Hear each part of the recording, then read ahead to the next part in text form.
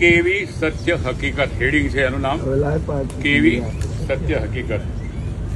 જ્યારે આપણે જીવતા હોઈએ છીએ ત્યારે આપણને લાગતું હોય છે કે આપણી પાસે ખર્ચવા માટે પૂરતા પૈસા નથી. સાચું તો એ છે કે જ્યારે મૃત્યુ થશે ત્યારે મોટાભાગનો ધન ખર્ચા વગરનું રહી જશે. એક ચીની સોફ્ટવેર એન્જિનિયરનું મૃત્યુ થયું. એ પોતાની વિધવા પત્ની માટે બેંકમાં $2.9 મિલિયન મૂકી ગયો.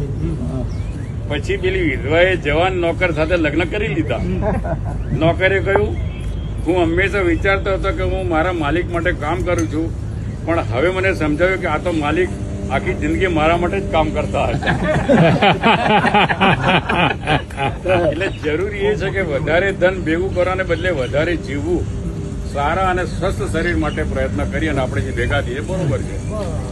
મોંઘા ફોનના 70% ફંક્શન બિનઉપયોગી રહી જાય છે. મોંઘી કારની 70% સ્પીડનો ઉપયોગ થતો જ નથી. આલીશાન મકાનનો 70% હિસ્સો હંમેશા આપણે ખાલી જ રહે છે, વાપરી શકતા નથી. પૂરા કબાટમાંથી 70% કપડા તો પડ્યા જ રહે છે, રિટાયર થયા પછી પડ્યા જ રહેતા. પૂરા જીવનની કમાણીનો 70% હિસ્સો બીજા માટે રહી જાય છે. 70% ગુણોનો જીવનમાં ઉપયોગ પણ થતો નથી. પણ જે 30% વાપરી છે તે બી કેવી રીતે વાપરશો? જયારે સ્વસ્થ હોય તો